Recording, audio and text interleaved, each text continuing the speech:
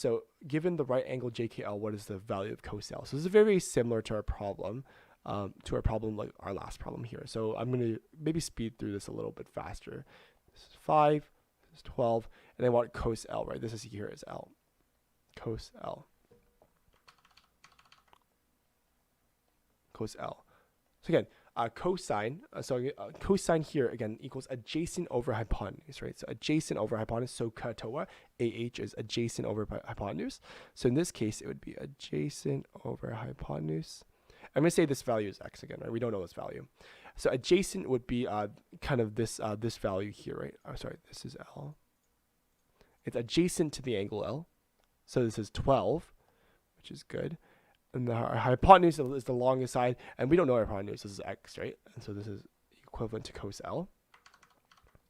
So how will we solve for hypotenuse? Again, we use the exact same thing, and we use Pythagorean theorem. In this case, we don't have to reorganize Pythagorean theorem because what we're c squared equals a squared plus b squared. But what we have to do is we can actually just solve. We don't have to reorganize because we're solving for hypotenuse in this case. So I'm going to say this is actually I'll say this is c. So I have c squared equals a squared, which is 5 squared plus b squared is 12 squared. Again, this here is a, this here is b. 5 squared is 25 plus 12 squared is 144 equals c squared.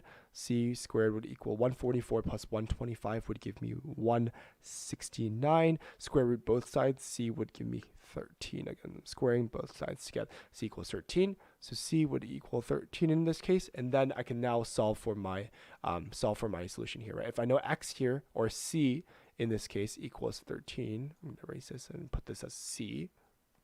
Then cosine of L equals 12 over 13. And that's going to be my answer for the solution here. And this here also gives me 12 over 13, and it matches my solution, which is awesome. So again, they used the triangles, which is great. 169, square root of that is 13, good. And then length of base length of divided by length of hypotenuse, right? Good. So adjacent divided by hypotenuse gives you 12 over 13. Great solution. Great solution. I'll just say perfect. Perfect solution and analysis. So again, very similar to what we were doing before, right?